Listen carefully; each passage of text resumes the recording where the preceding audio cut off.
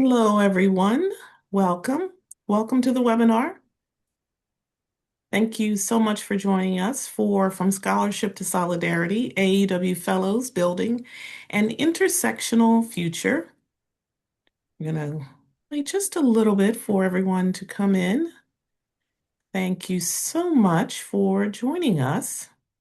I'm Gloria Blackwell, the CEO of AAUW, also known as the American Association of University Women, and I'm also AAUW's main representative to the United Nations.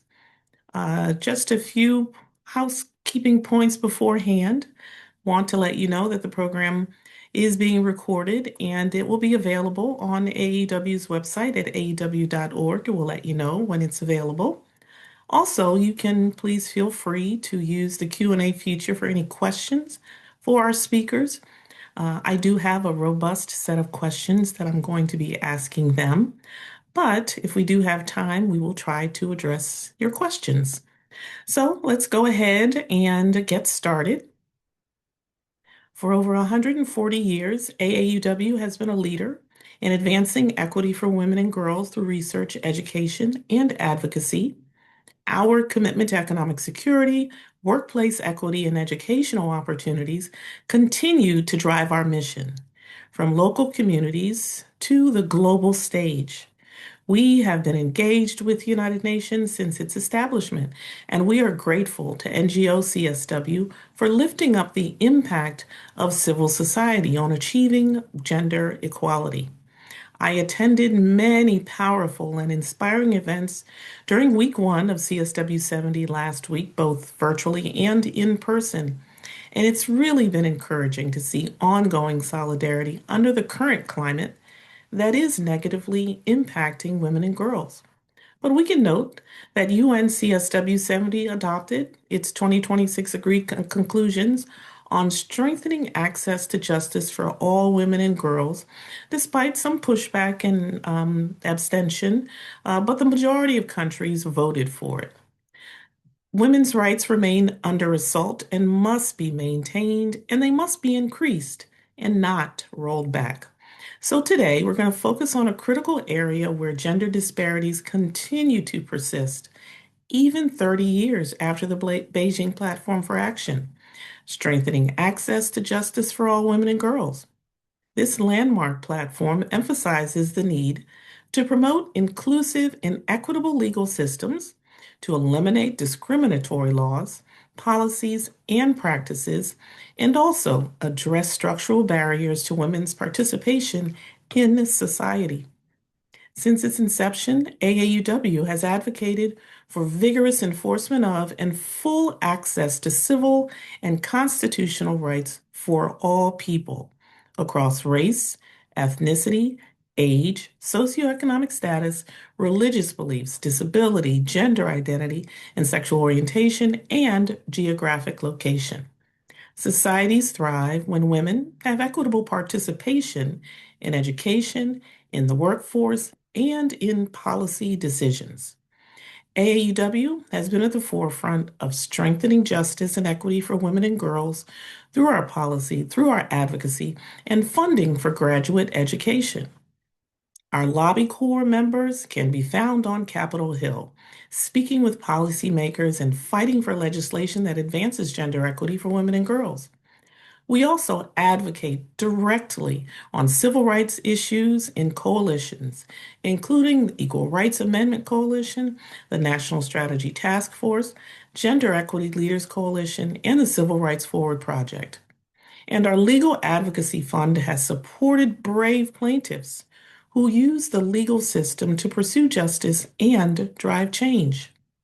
We support cases involving pay discrimination, pregnancy discrimination, sexual assault, Title IX and Title VII violations, and unlawful tenure denials. We support individual plaintiffs as well as legal clinics.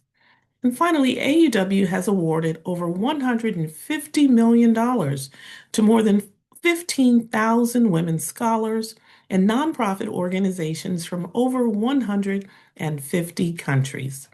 From lawyers and advocates to policymakers and program founders, the recipients of AEW's fellowships, grants, and awards represent nearly every imaginable field.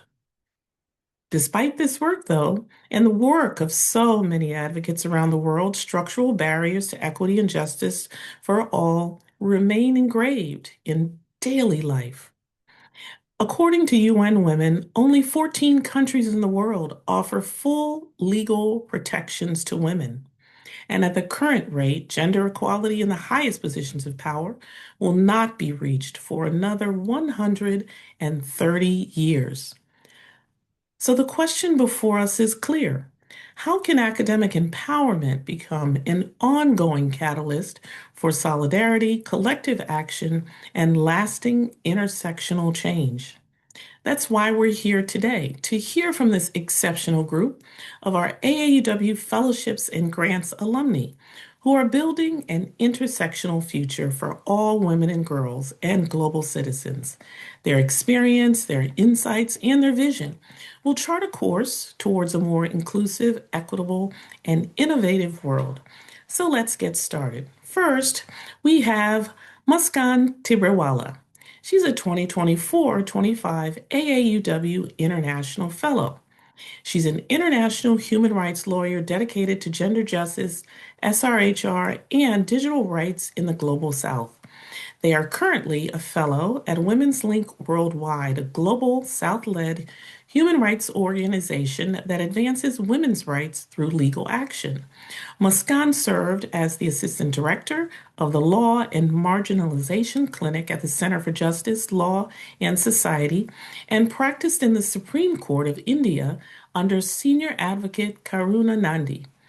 Muskan graduated with a BA LLB honors from Jindal Global Law School with 2 gold medals and an LLM with academic honors from Columbia Law School as a Columbia Human Rights Fellow and, of course, an AAUW International Fellow.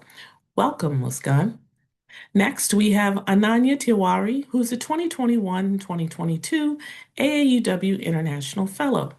She's a scholar, practitioner, dedicated to advancing gender transformative education at scale.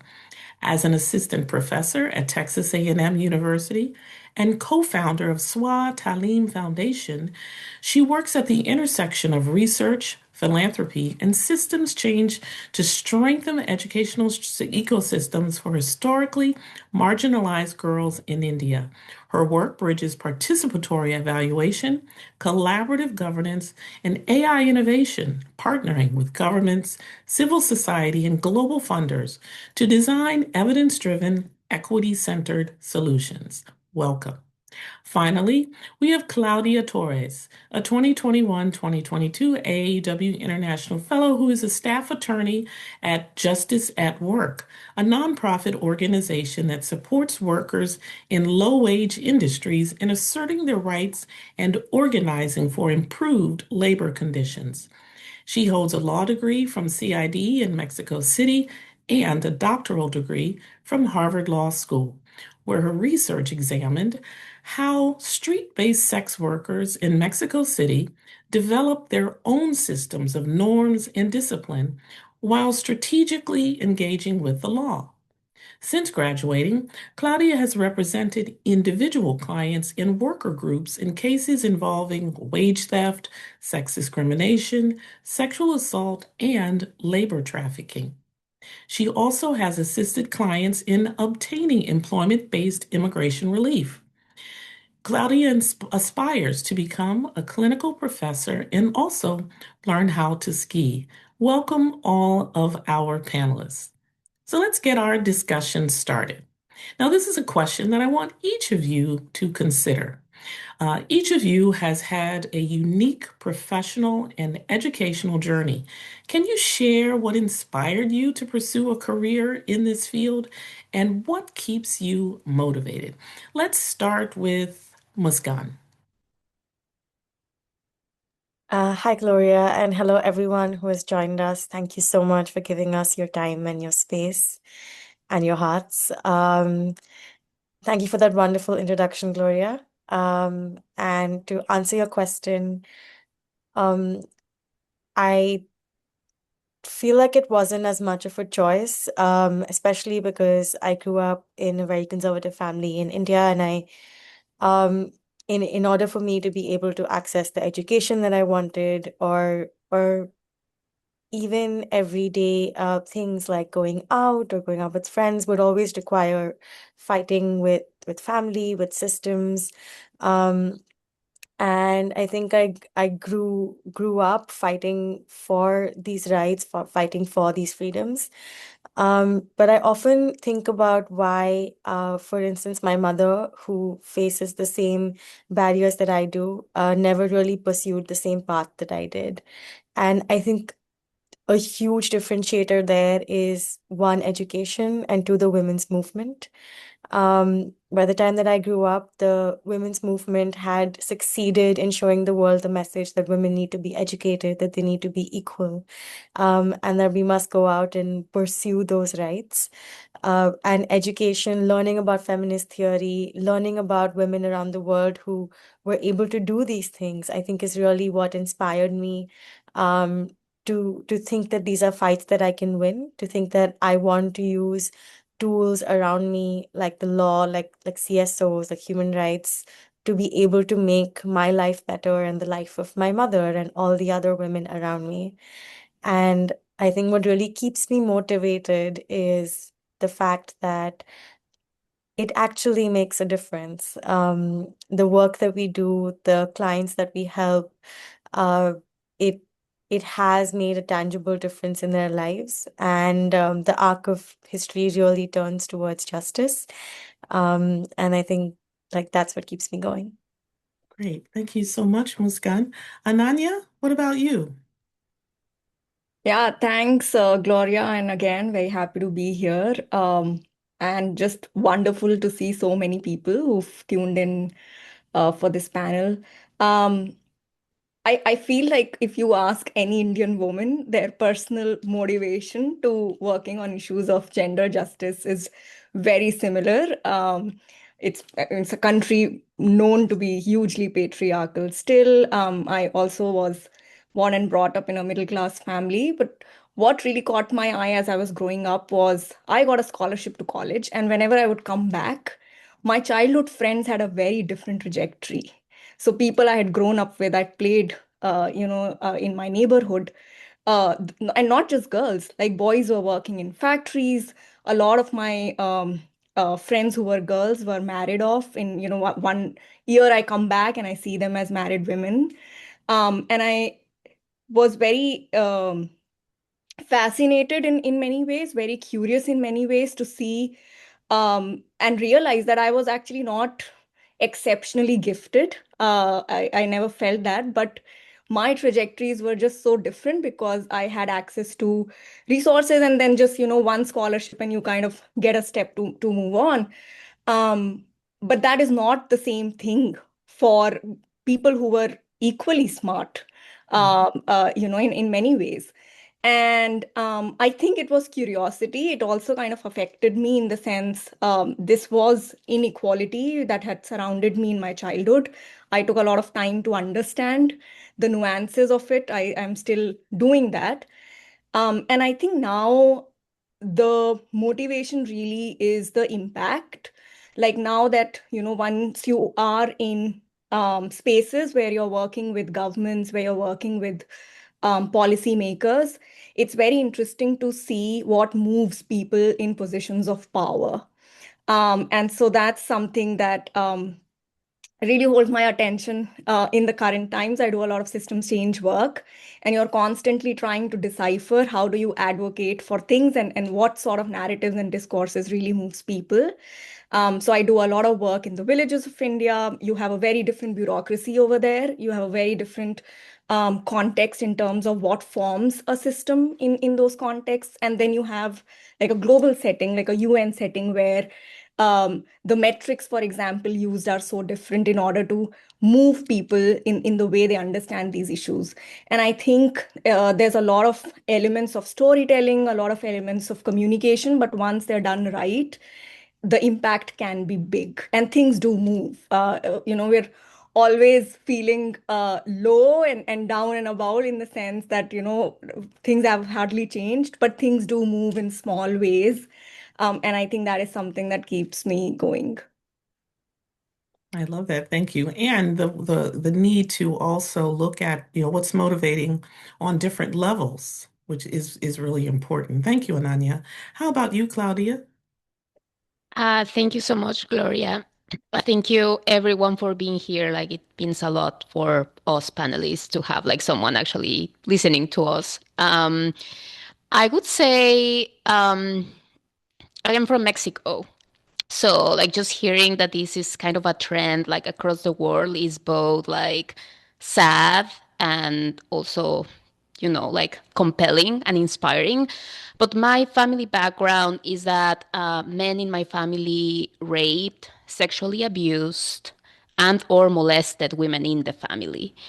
Um, None of the women report to law enforcement at any point out of fear, but also because there was like an understanding that that was normal, right? Like that was expected from women. So there is that.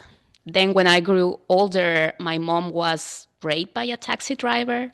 And then one of her friends was killed, apparently, as he was trying to get sexual services in the street. So I guess that since I was a child, I have been drawn towards themes of sex, gender, and sexuality and their intersection with the law. I think that has been like a theme throughout my life. And what now keeps me motivated is that I have an understanding, probably because of that background, of the importance of first speaking up, but second, to having someone who trusts you, listen to you, and support you, like throughout the way. And this exercise of listening to you has to be, like respectful, um, and very caring. So that's why I feel so passionate about the work that I am doing right now. And I think that I have always been very committed to serve others. And that's why I decided to, like, of course, I pursued a master's degree at Harvard, a doctoral degree in the same institution. But then I was like, I don't think that I will be feeling like very comfortable just like sitting in my office and writing about these things. I actually want to have an impact, like a tangible impact. So that's why I decided to explore legal practice. And that's why I joined Greater Boston Legal Services first and now Justice at Work. Thank you so much. And certainly, our hearts go out to your family. And thank you for stepping up and speaking up. So the next question for all of you really is around, at the CSW 70 multi-stakeholder hearing that was held earlier this year, it was noted that no country has achieved full legal equality and cites that women have only 64% of the legal rights that men hold worldwide. So, from your vantage point, what is the most urgent legal or policy area where progress is stalling or regressing? And what should advocates prioritize now? Start with you, Muskan. I feel like it's really hard, Gloria, to pinpoint a certain or specific legal or policy area right now, in this current context, and I'm sure this is what everybody is experiencing in the sort of geopolitical context around us. Um, and also at CSW is there is this global backlash to gender equality, and this regression, I think, has largely seen a response where there has been an othering of specific groups that are being targeted. For instance, there are immigrants, or there are LGBTQ people, or there are Black and brown women, and it's really easy to repackage a lot of the backlash as backlash on the basis of illegal immigrants or LGBTQ rights when this is also backlash against equality. And I feel like that is often the intersectionality that is missing from the conversation, because it's easy for us to say, oh, I'm not an illegal immigrant, or I'm not LGBTQ, and so this does not concern me. Um, but in the end, I think all of this backlash is rooted within the same um, understanding of certain groups wanting to define what a woman is, to define what women need to do with their lives, with their time, where they should be at home or at work. Um, and uh, So what I think is still regressing is the fact that we are able to other the people who are facing backlash right now. And what I feel like we really need to do is just to start seeing that when they come for some of us, they come for all of us. And that this is really hitting the global feminist movement and our steps towards gender equality, and that we all need to be there for each other. Great. Thank you, Muskan. Ananya? Yeah, I work a lot in girls' education, and whenever I do policy work, and a lot of it, just to preface, comes from my work in India. There have been a couple more countries I've worked in, but I think when it comes to girls' education, and there's one very, very specific point I wanted to make. The conversations have largely stood around issues of access and enrollment. And so, girls reach schools. There, of course, have been shortage of schools, and they continue to be there. Um, Today, we are at a stage where we're talking a lot about foundational learning, just the ability to read, write. And I really acknowledge they are important segments to focus on. But I think a lot of things and metrics have actually not changed when it comes to girls' education.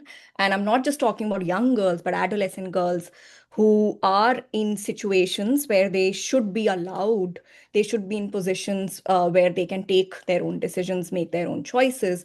And it really all comes down to what are the socio-cultural norms that surround these people. And so our schooling systems and our policies have actually failed in making them um, people with agency, and granting them the agency to work with whatever context, whatever situations they have, but to actually use their decision-making power in those situations. So I think from there, if we kind of move towards how policies are designed, I don't think they actually center minoritized, marginalized people. In fact, when we analyze a lot of policy documents, they are sort of added on to the main vision of the policy after it has already been set. And so I think the idea here is, how do you design policies for the people at the margins? And it would automatically take care of everyone who's at the center. So I think that approach from a process point of view is lacking. This is one very specific example of that, where we must move beyond the way we talk about what is meant by adolescent girls' success metrics. And it not just rests with their attendance numbers, but it really has to move way beyond that and talk about the nuances when it comes to agency and decision making. Great. Thank you. Claudia?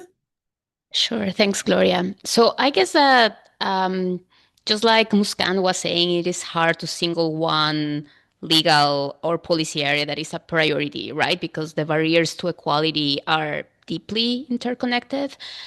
Um, I do workers' rights, and what I am seeing is that we are living in a moment marked by extreme forms of capitalism, where the role of the state as a distributor of goods and services is receding. And thus, the supports that enable gender equality, such as access to healthcare, to childcare, housing, fair labor conditions, are weakening. So I think that right now the problem is that companies are amassing like fortunes precisely because they are not required to share or to assist or to support.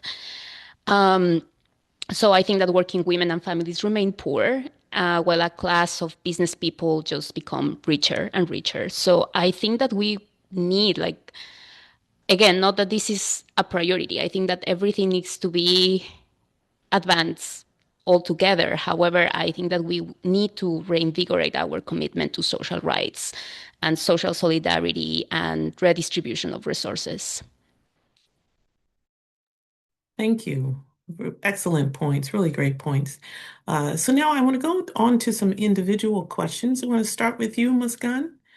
Are you ready? Yes, absolutely.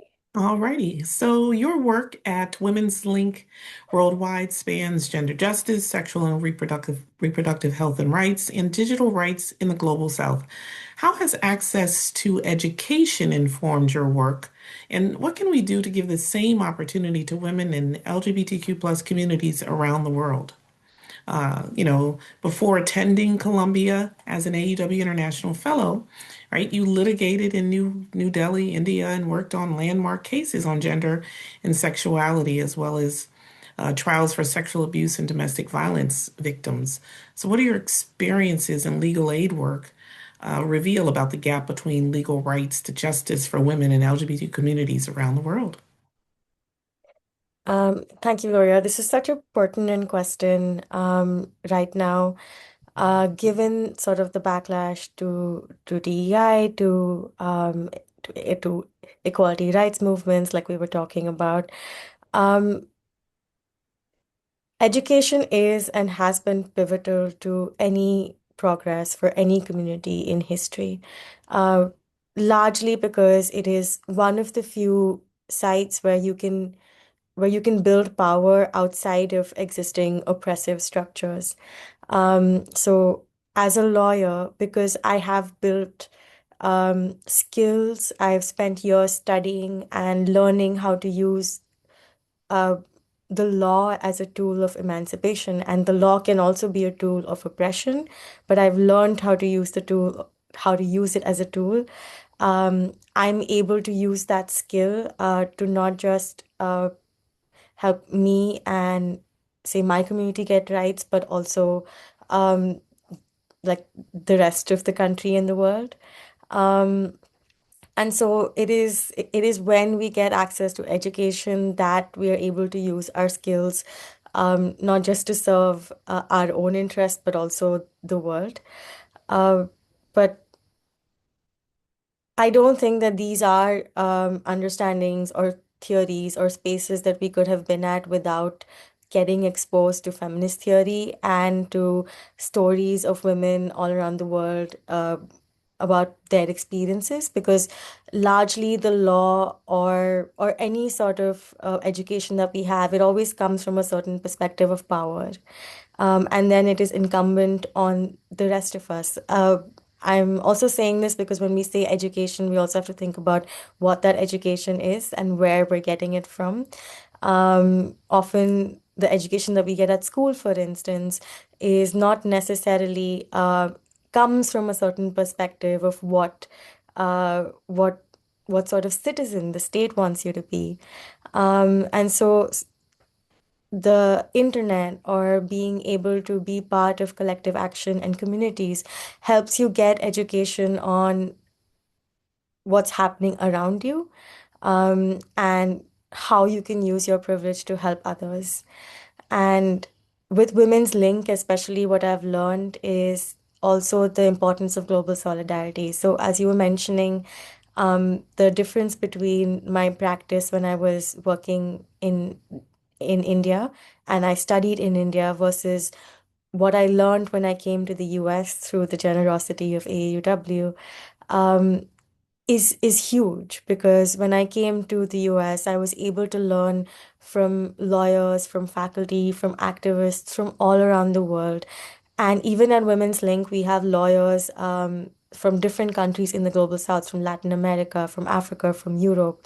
And what that does is enable a shared learning of not just the law, but also our strategies to be able to combat the violence that women and girls are facing um, in our countries. And it also, because authoritarianism is global in nature, all of these norms, like Claudia was saying, they're interconnected. So not just education that we get out of school, but also the kind of education that I think we've all been privileged to get because of organizations like AAUW, has really enabled us to be able to use privilege, our skills, to create impact at a global level. And so uh, the part two was around your experiences in legal aid work and what they reveal about the gap between the formal legal rights and real access to justice for the women in the Yeah, LGBTQ plus communities around the world. Tell us a little bit about that. absolutely. It comes from the same sort of uh, conception of education that I was talking about. Law is also made only with a certain idea of who it's meant to serve, which tends to be majoritarian communities, cis heteronormative men, upper castes and upper classes, and white as a race, and so on. And so when marginalized persons seek access to justice, the law is not available to them. It does not include them. It never thought of them. So in cases of like domestic violence, this manifests in things like the law requires evidence. It requires documentary evidence. Often the clients that I help, they don't know how to write. Women in global south countries like India are not encouraged to talk about the violence that they face. So because it's highly stigmatized. So this means that when I'm looking for evidence to be able to fight for them, I don't have a lot to show the court. Uh, so the law is essentially created and curated in a way in which even before they get to court, they are already at a disadvantage. And so a lot of the process of access to justice for marginalized persons is to be able to mold law and legal processes and imagine solutions that are not given, that don't exist. Um, and it's been a journey, I think. It's been really, like I said, at Women's Link, to be able to articulate these as problems of structure and not problems of persons, because I could easily just blame a client to say, well, you didn't do your part, and so now I can't do mine. But to be able to understand that these are problems of structures and that our laws need to be more inclusive and our processes need to be more inclusive is really the goal. Great, thank you. And so also in your experience, what does meaningful solidarity look like when you're working across global power imbalances, especially between the global north and the global south? This is, I think, a really important conversation right now as we see in the global north with the United States sort of retreating from a lot of human rights organizations and promises made towards gender equality. And for grassroots organizations, and I'm sure both, I mean, even AUW, but anybody working in the CSO space has experienced this has also led to a huge funding crisis.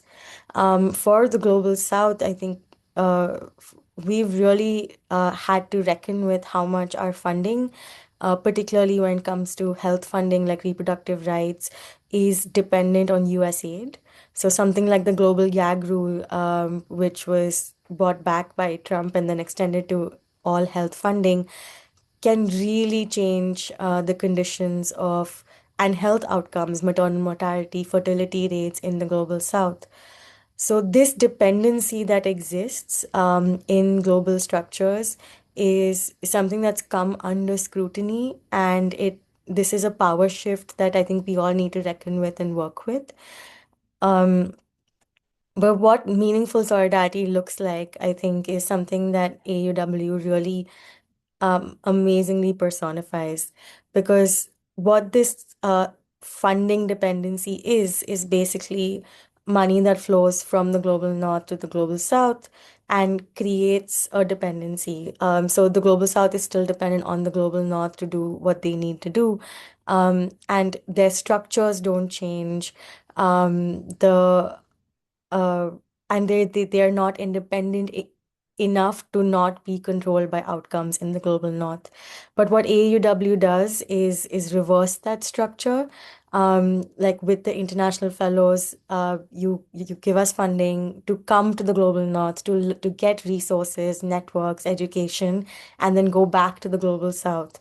And that is really what solidarity looks like. It's not just flowing of money, creating dependency, but it's also sharing of resources, of education, of skills, of solutions, and ensuring that we can all independently work towards um, the same gender equality goals. It's great. Thank you. And I'm not sure that I noted that in the 2025-26 academic year, AEW has awarded $5.5 million Wow. domestically and across the world to over 239 scholars as well as community-based organizations. So we're still trying to do our part for sure. Thank you so much, Muskan.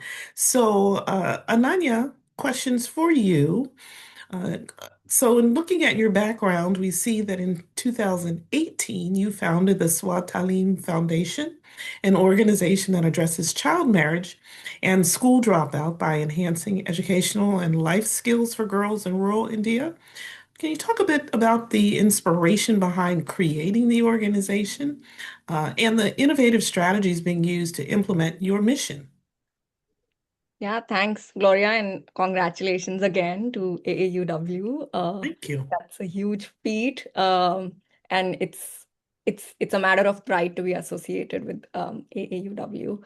Um, so I think, I mean, again, girls' education was deeply personal. I was very interested in working in this um, area. I was also seeing, I was a development professional earlier, and I did kind of know how the international development space works. And I think there was always this seed growing inside of me, which was a little unhappy because, it's after some point, it kind of becomes like a desk job, and you also get very removed from people on the ground because of whom you actually started working. And so that was one of the big motivations for me to go back. I also was able to do a little bit of analysis to see where nonprofits were focusing on working. And so within India, we were able to spot, and I co-founded Swatalim with Webber. Huge thanks to him, for the partnership and the journey. And so we spotted this very specific policy of KGBVs, Kasturba Gandhi Balika Vidyalayas, and it was a very smart policy. Like these were residential schools for adolescent girls who were living in educationally backward blocks. So there are at any point 500,000 girls who are going to these schools. These are in extremely remote areas, near forests. A lot of times if there are tribal populations, then they are the ones who kind of I admitted and given priority to get into the schools. And everything's taken care of by the government. So they're staying, their food, their study materials. And what that automatically does is just by design, it shifts their age of marriage. Just because parents are able to send their girls for 3 years, that's how the policy started.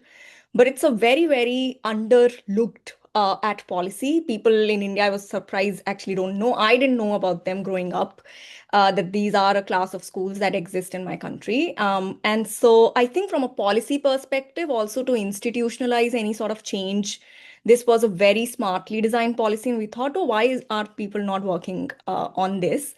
And just by design, this caters to the people, we would love to reach and work with. And so that's how it started. We went through a number of iterations to kind of arrive at a point where we said, oh, this is the kind of model and intervention we want to work with. And so today it works with 3 state governments in Haryana, in Uttar Pradesh, in Karnataka, Uttar Pradesh being the most populous state in the country. And we work with about 50,000 girls at any given point. And the way we kind of, again, I want to be very realistic, try or make an effort to to change a little bit of outcomes for them is to not just work with governments as well as school teachers and wardens. These are residential systems, so there are wardens also involved, through which the life skills training, digital literacy training, financial literacy training, a lot of those things kind of flow into. But we also realized that it was extremely important to engage parents. And so while you may have school management committees, again, a design from the policy perspective on the paper, there is no SMC happening in these schools. There can be awareness issues, there can be distance issues. Parents are working as daily wage laborers in farms of others, and so for them to come to a school to attend such a meeting means losing their wages for the day. So it's not going to work. And I think there we've leveraged low cost technology in reaching out to parents. And so what we have kind of catered on the back end, and this was also supported by Google when we wanted to scale this, is we've used something called as interactive voice response system that is not reliant on internet. And using that, we actually engage parents through phone call nudges. So these are very short nudges that are sent out to parents. At least as a starting point, they don't need to move around in order to get more engaged in their daughter's education. And what we are trying to do with this is they're trying to see if it actually changes their investment in their daughter's future over a period of time, having some sort of engagement from none. So yeah, so that was a little bit about what Swatalim has been doing. Thank you. That's really great. And I appreciate you sharing how adaptions, needed to be made on the family side to not assume that they could just come, to meetings and the impact that it would have, and sort of being flexible and learning about the community and how you can keep them engaged in ways that would be suitable for them and maybe not suitable for others who might be a little more flexible. Thank you. So AAUW and other organizations at CSW 70 are calling for inclusive and equitable legal systems, right? But many barriers to implementation are ingrained in societal norms, as we all know. So, how can educational systems be redesigned so girls experience, quote, justice in everyday, basically in everyday life? Yeah, I would go back to some of the points I made earlier, but this also is again like, sometimes research does give you opportunity to understand how systems work.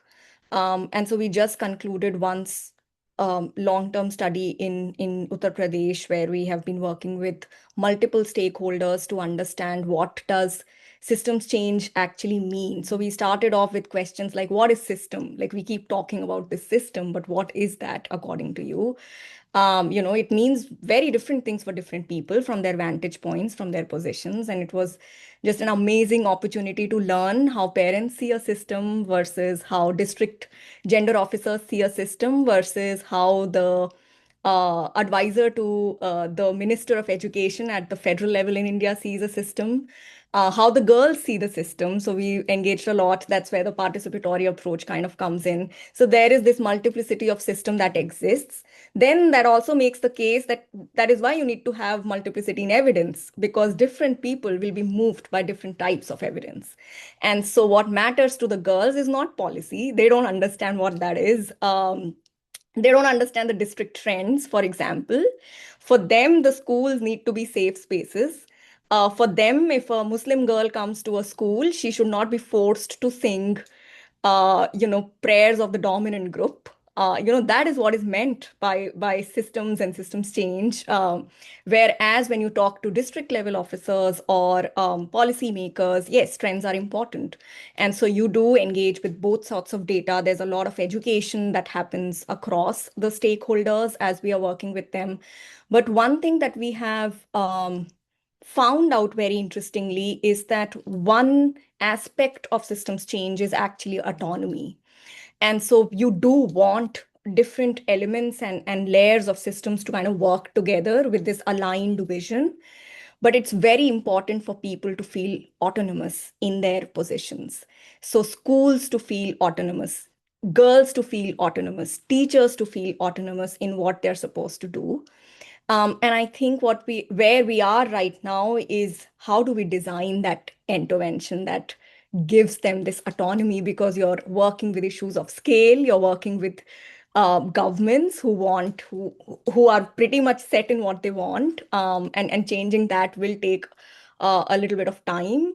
But I think and this, again relates back to agency. Once you feel autonomous in what you're able to do, the kind of decisions you're able to make in your professional space, you do feel like a very effective agent who's able to bring some sort of change. So that kind of at least is promising to us, because it solves for this lethargy, the systemic lethargy that we keep saying, that people don't want to change or the system doesn't want to change. It's very sticky.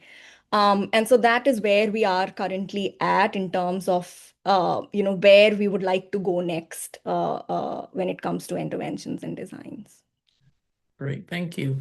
So finally, from your experience working with governments and civil society, what conditions are necessary for education to sort of truly function as a catalyst for long-term gender justice, in your opinion? I would say again a multitude of strategies, and this, again, the seed is very personal, because again, if you go and speak to a lot of women in India, how do you negotiate to delay your age of marriage? There are just a host of strategies that people will come up with. I've discussed that with my friends growing up, and I feel like even with systems change, it's the same thing. So there is this element of engagement and education that happens on one end. You're continuously trying to engage, and I think we know that. It's a lot about the idea is kind of known. It's a lot about executing that idea in a very efficient manner. But what we are also seeing is sometimes systems change happens through stealth. And you use, especially girls use when they have proof of evidence to negotiate what they want.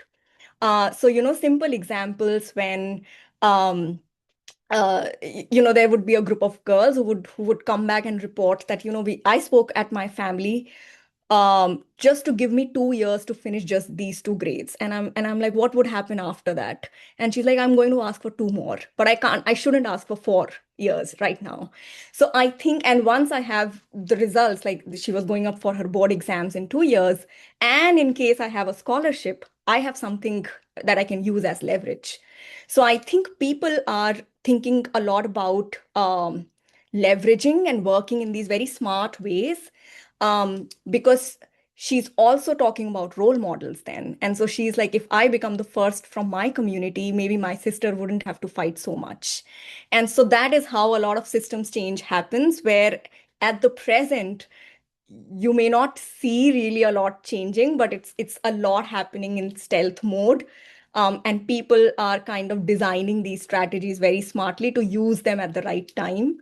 And so again, from a research lens, I think it's our job to kind of truly understand how nuances kind of work in systems change. But that's something interesting that we've seen through our work. Thank you. I love hearing the stealth mode. That's a great example. Thank you.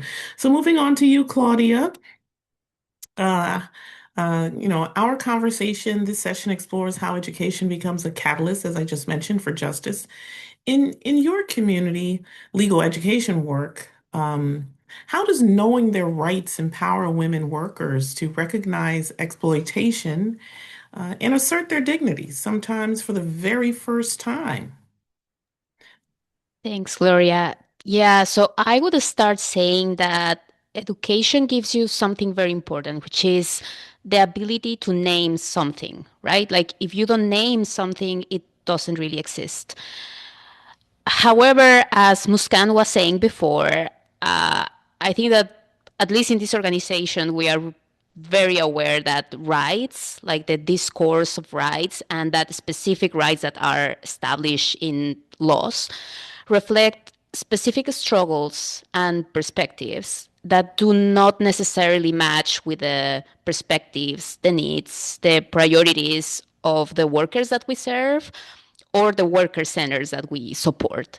So I think that education for us it needs to look like popular education, like people talking about their experiences, their feelings, being able to open up and being vulnerable with their colleagues, which is like a huge ask because most people like, like they are my colleagues.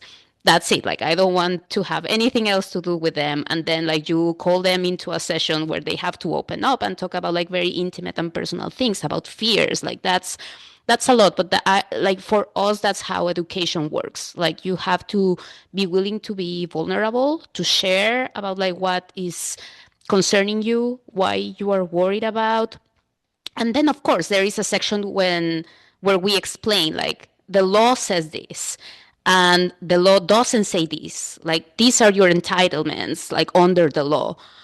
And something that has always been hard to explain to people is that unfair is not the same as illegal, right? So there are many things that are unfair that are not illegal.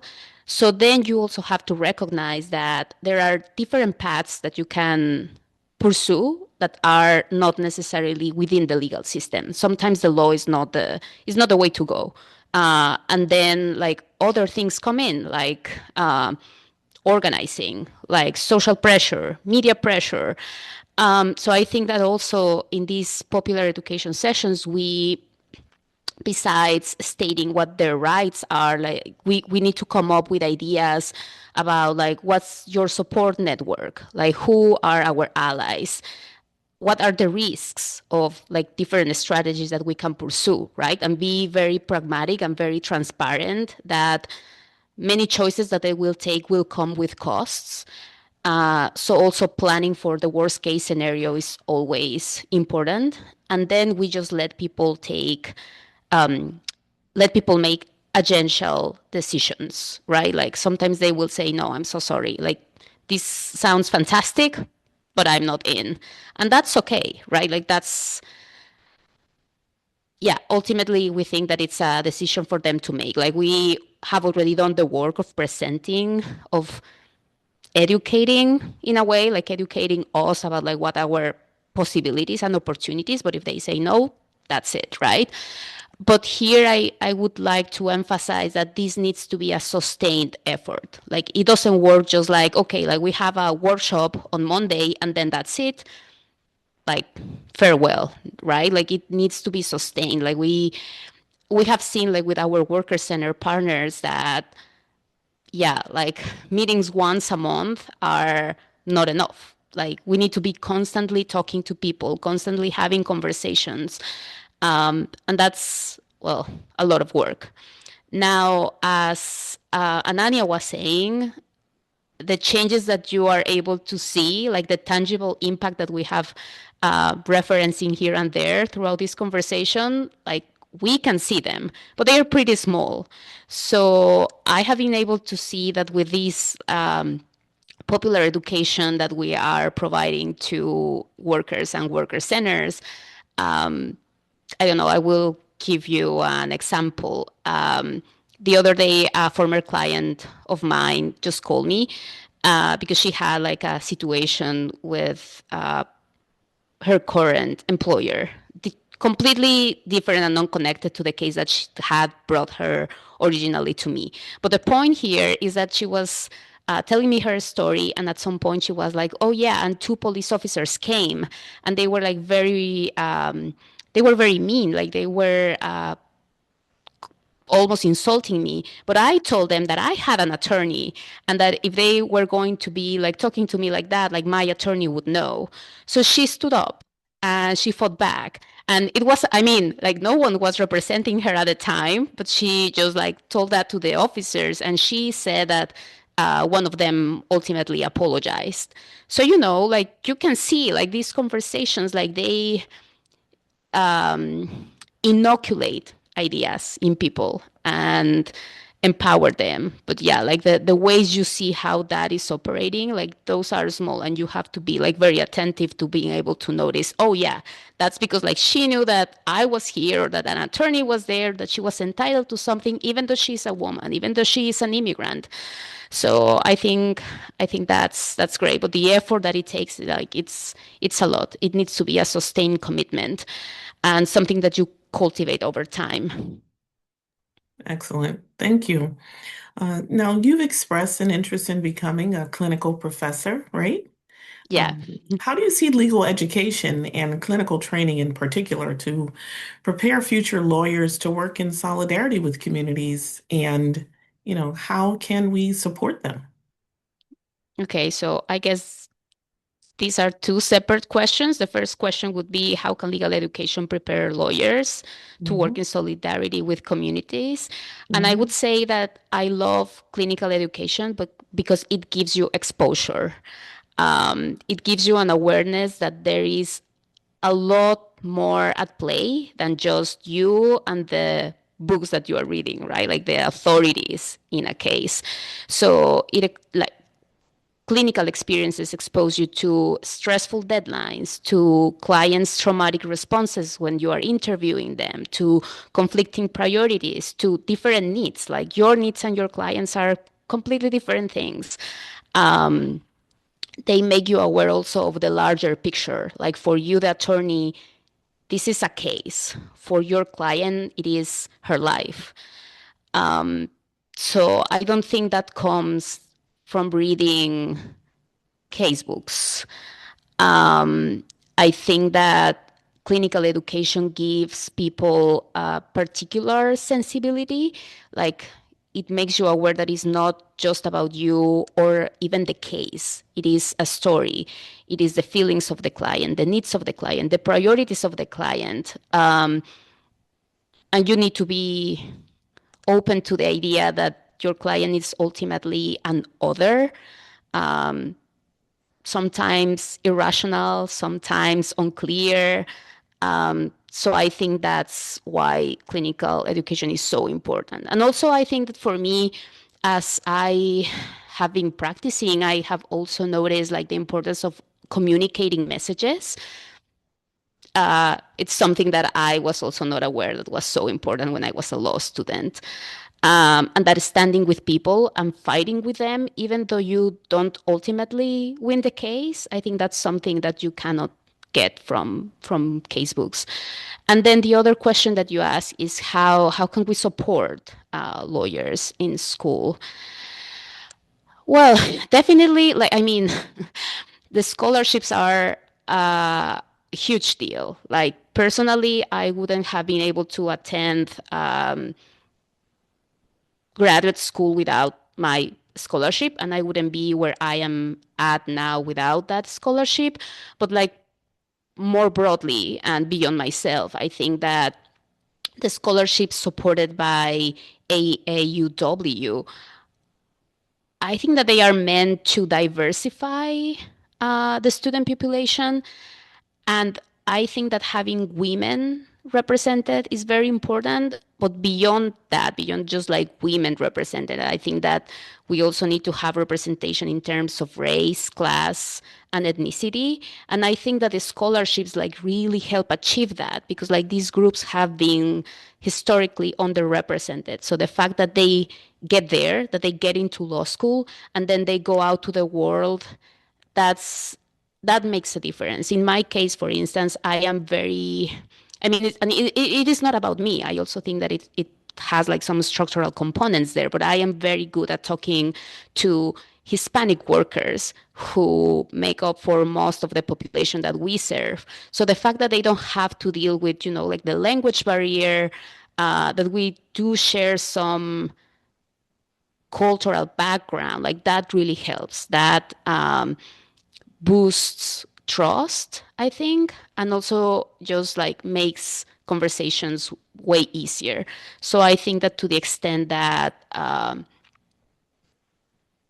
education of women who reflect better like the communities that are being served, I think that that would be like an incredible support, and also networking opportunities, right? Because it's good to like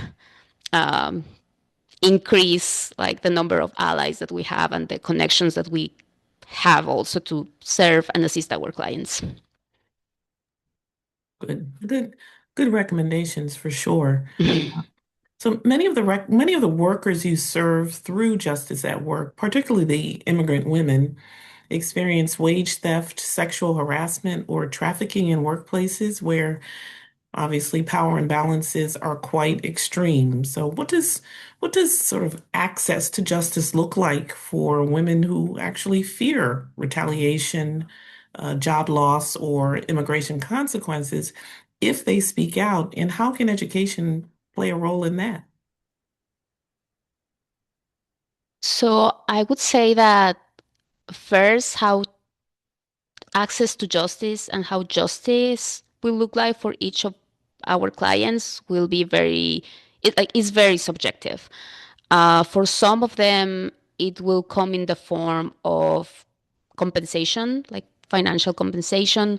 For others, it will look like immigration relief. For others, it will look like changes in the workplace conditions, get some bad actors fired, or maybe just try to get the companies agree to new and more favorable terms and conditions of employment. I think that education helps to put all the range of possibilities like before them. Like, here is the things that we can do and that we have the resources to do. So because like I don't know about Muskan or Ananya, but in my case, when I talk to workers, like they often don't know what they want to do. Like they don't have like an idea of where they can go next because it's like, okay, like I feel bad, like something bad maybe happened, but now I don't know like what to do with that information. So there is a process of also educating people about like, okay, well, that's how we can go next. Like this is the next step. And again, as I was saying, like in my previous response, like you have to assess the risks, explain like many nuances in many things involving each of the potential alternatives that they decide to pursue. But the point is that education just like allows them to imagine what can come next, like what they can achieve. And I think that's important because otherwise they cannot make decisions. Absolutely. Thank you so much, all three of you, for your individual insight around the particular educational and employment piece that you are connected to. So here's a question that I want to pose to all of you. If you could reimagine what success looks like for gender equality, sort of by the time CSW 80 arrives, what would need to change? And who needs to be at the table to make it happen? Let's start with you, Muskan. Um, Thank you, Gloria.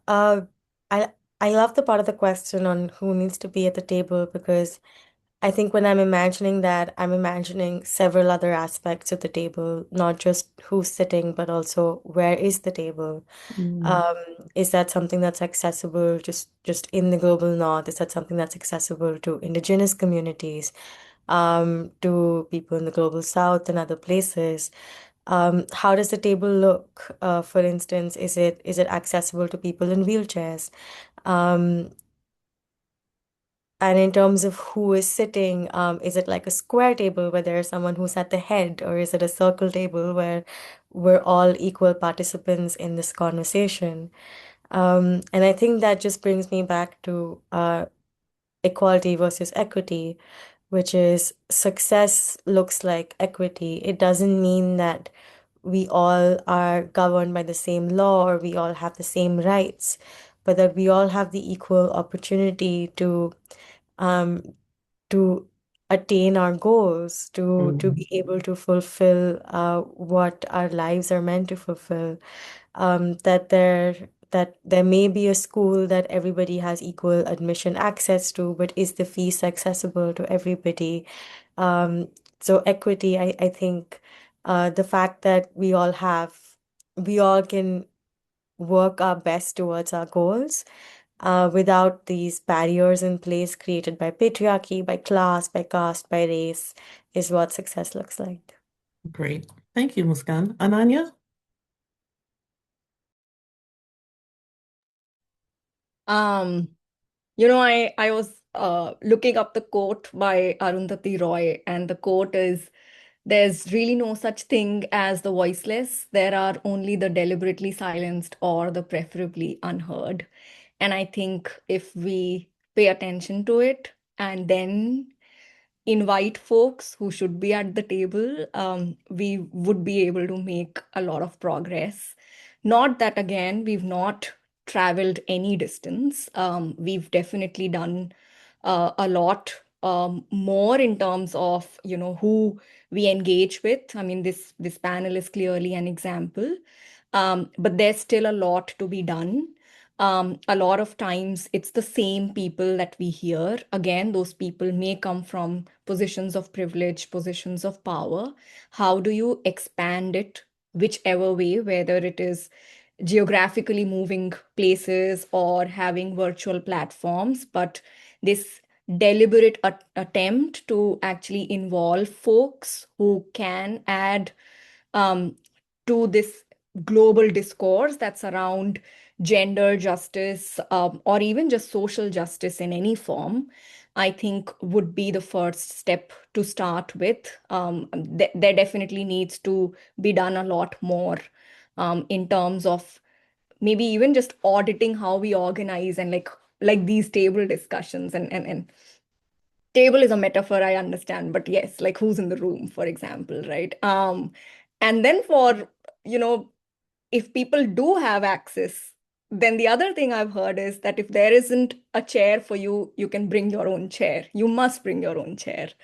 And so it takes a little bit of courage. At least like I can speak for myself. I had to do a little bit of learning in order to speak up in these rooms that I've been invited to, but I think it's worth it to add your perspective and to include people who you think should be included in those rooms.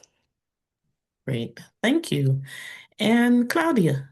Sure. I think that my response is kind of a mixture between Muskan's and Anania's. For one thing, I believe that success looks like everyone has the opportunity, like gender equality success looks like we all have opportunities to pursue ways of living that make ourselves feel satisfied. I'm proud.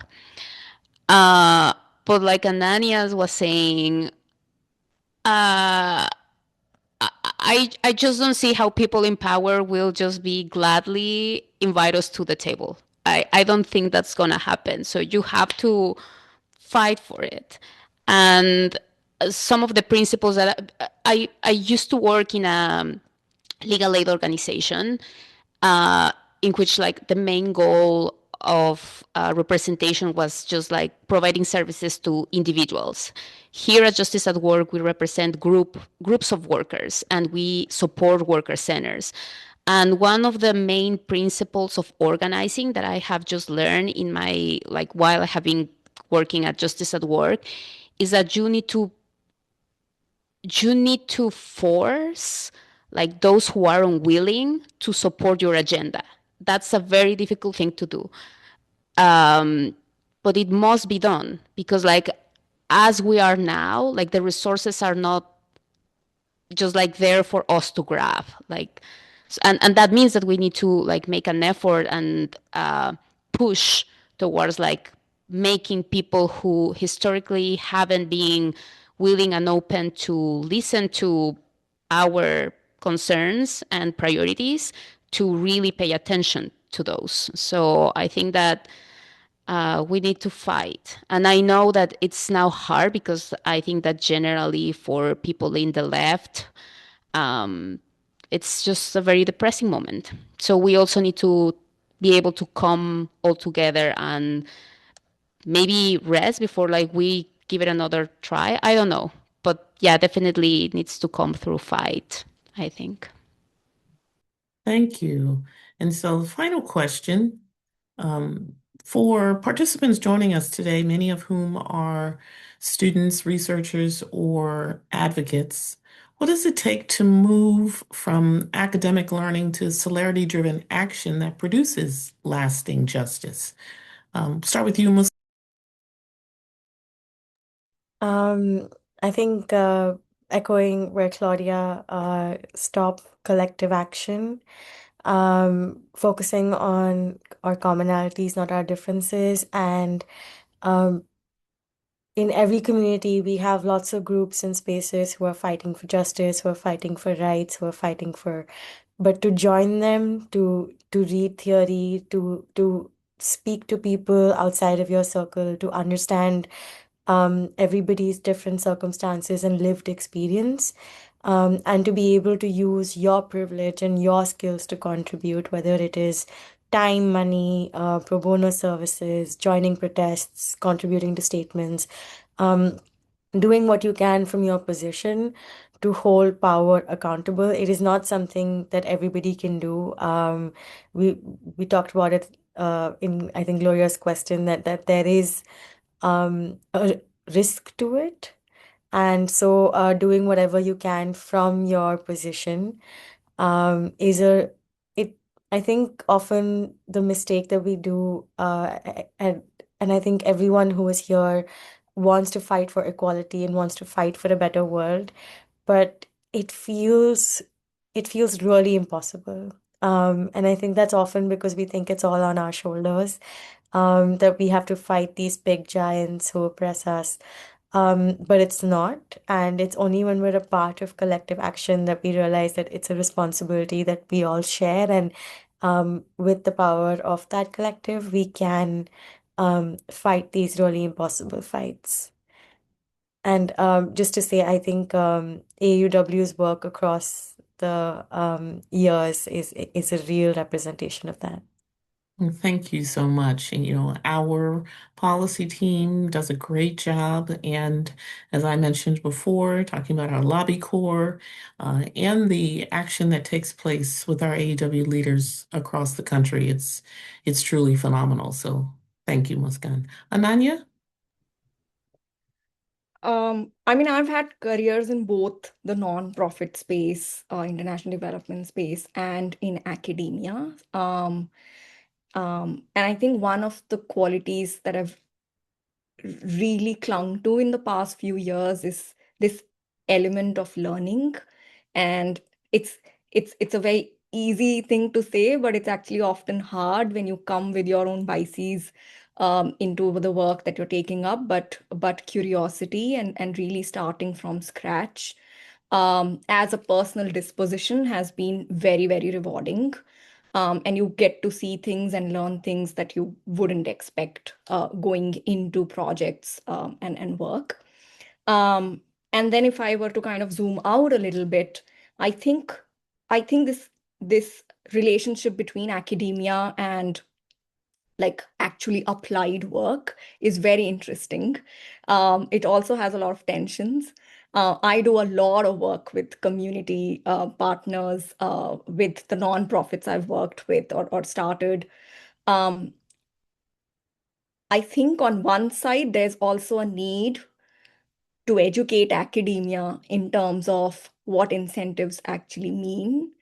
And they must go beyond publications and they must be more relational in nature. And so, how do you center relational work and how do you acknowledge and recognize relational work, which is that, there is a huge form of trust that community partners place in me if I go and start doing a project with them. And that flows into everything. I mean, I do a lot of international work, so there are issues of compliance, there are issues of administrative work, and this is different from research. But then there's also interpretive work, like how are you interpreting results, and are you taking it back to your partners? If the meaning making is only done by you, versus with all of the people involved in the work collectively. And I think strengthening those relationships is extremely important. And it works both ways.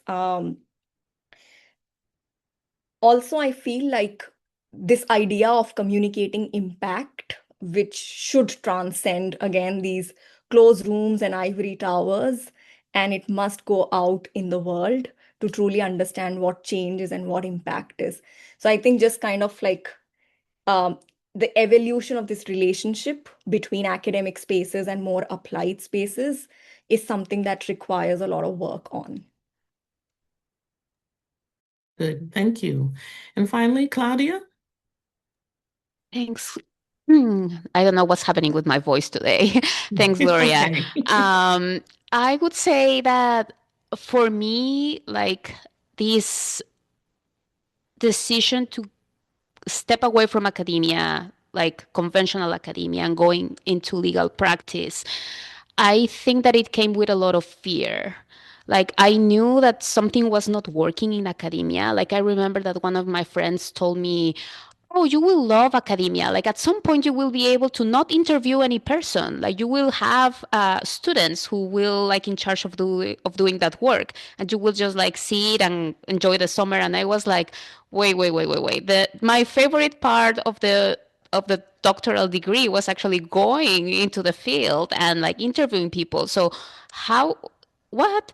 So I think that was my moment of like then I had a realization. I was like, no, this is probably not for me. But the decision to transition into legal practice came with fear because I was like, I am already 30. I have been like pursuing this doctoral degree and I will be joining like a field where people of my age have been practicing for years. So I was very, very scared. So I think that for me, moving from academic learning to solidarity driven action took a lot of courage and a lot of it came also with a leap of faith like let's try it and let's see if it works. And then when I was hired in my former job, like I realized why they had hired me. I was like, I'm very impressed, I got the job.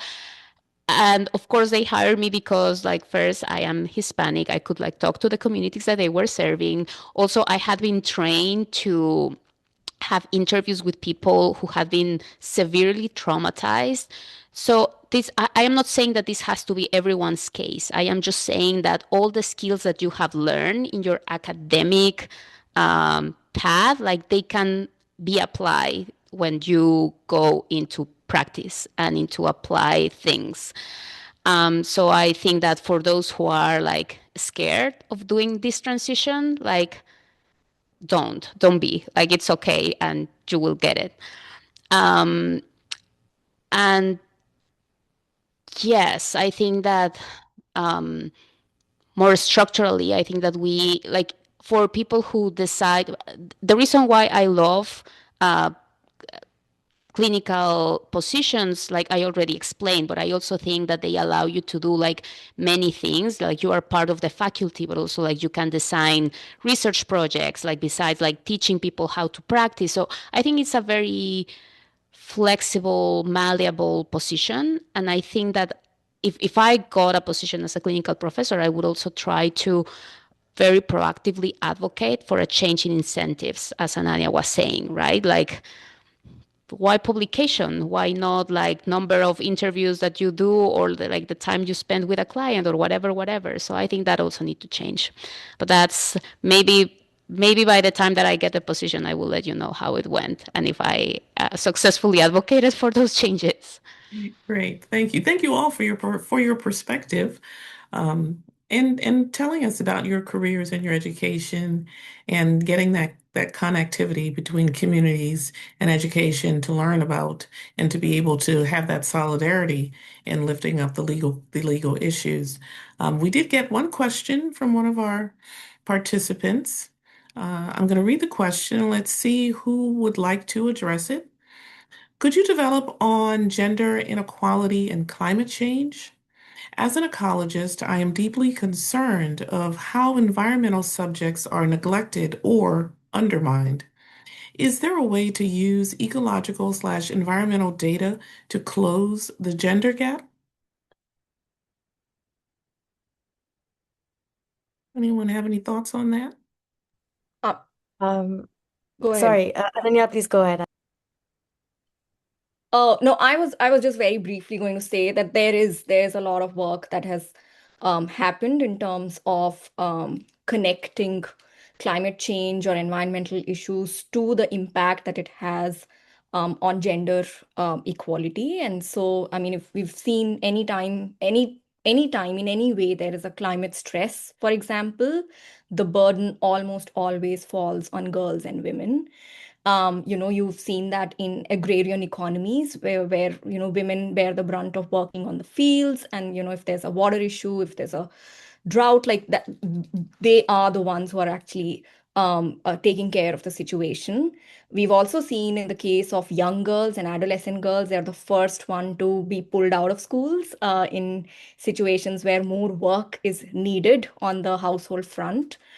So we've seen that, but definitely to say that these types of relationships and correlations and causations must be continued to be established through ongoing studies and then again using them for advocacy.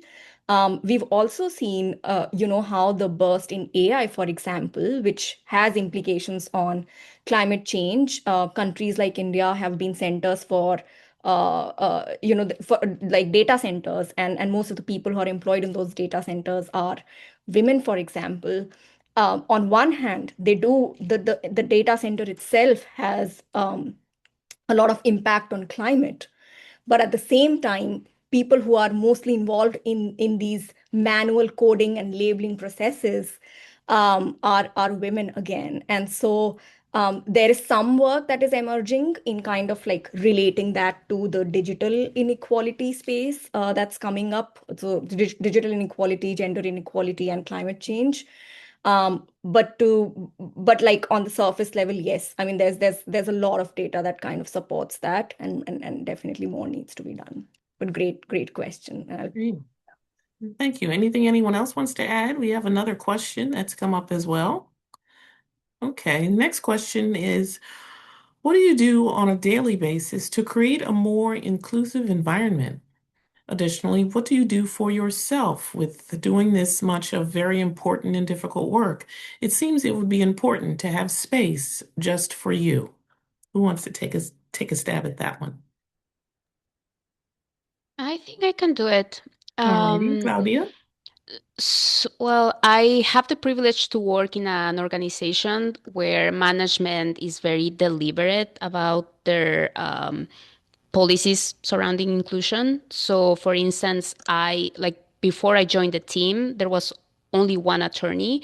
He was a man of color, but now for the new hires, like 3 people were hired, all of those women, and one of them was a white woman, me, Hispanic, and the other one is also a white woman.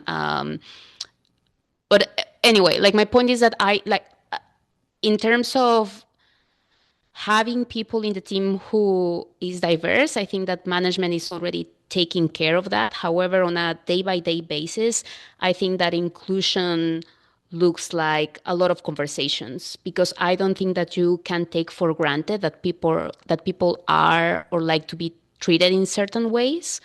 So for me, having difficult conversations about how people feel and wants and expects in the workplace, like yeah, having this conversation is crucial. So for instance, I have a coworker who is just very scared about COVID.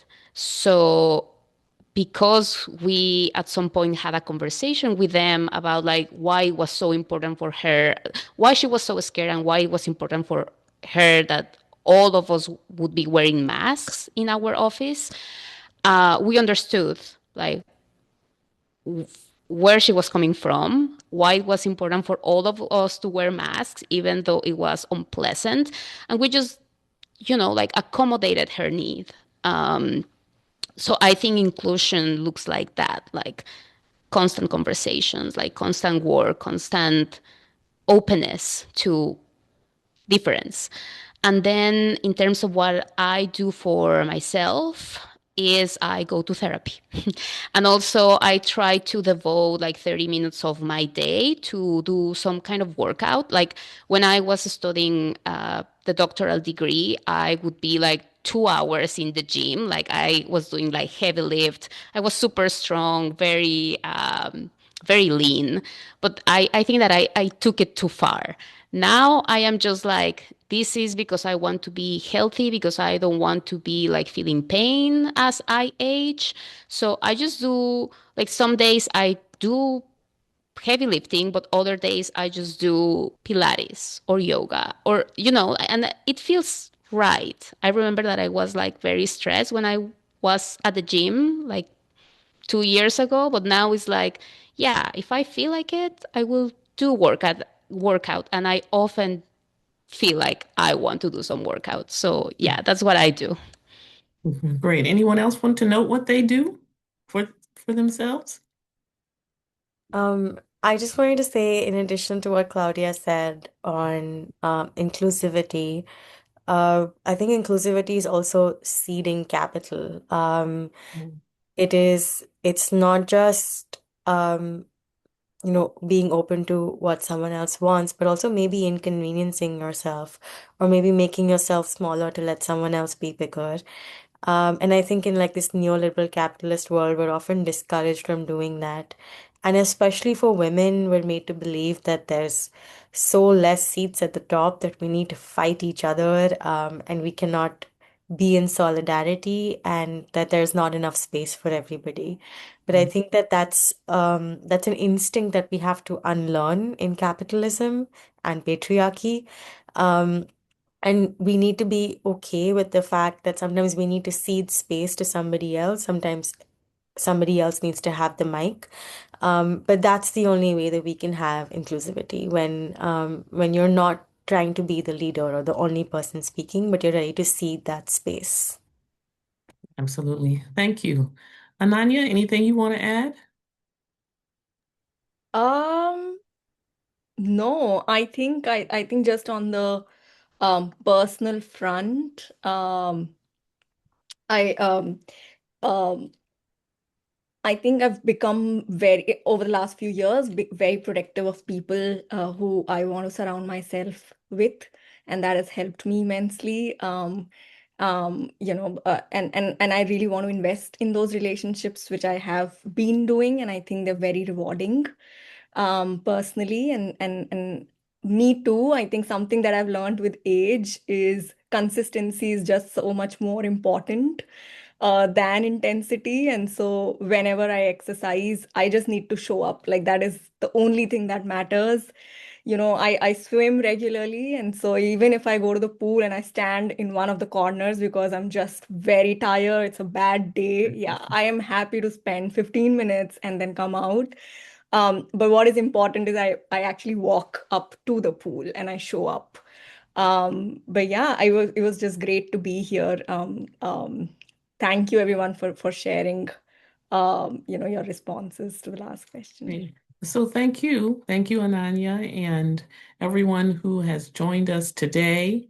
Thank you, Muskan. Thank you, Claudia. You are incredible panelists. And I know that everyone who joined us today, really appreciate you sharing your valuable insight, your knowledge, and certainly sharing your time with us this afternoon. I just want to remind everyone that there will be a recording available of this, and it will be posted on our website in a week or so. So you can have the opportunity to review it. You can share it with those to share the information. I want to certainly thank AUW staff, Carson, for your support today and getting us to this point and getting us all the way through. Obviously, AUW salutes the 70th UN Commission on the Status of Women, UN Women, and we certainly appreciate the NGO Committee on the Status of Women Forum for supporting our parallel event. And so, as we move forward and continue to assess and achieve, hopefully, the Beijing Platform for Action and the Sustainable Development Goals, we know that civil society will continue to play a critical role in advancing equality. We really do hope that today's conversation has provided you with information and opportunities and ideas for action, and certainly renewed hope that we can and will achieve a more just and equitable world for women and girls. Thank you all for your participation. We certainly encourage you to join AUW, to become an AUW 2-minute activist and take timely action on issues impacting women and girls when your advocacy is needed most, like in this current moment. Your advocacy and your voice are needed not just locally and nationally, but globally. Please visit our website at www.aaw.org. Sign up and learn more about our research, advocacy, career boosting training, and funding for education to advance women's economic security. Thank you all and take care.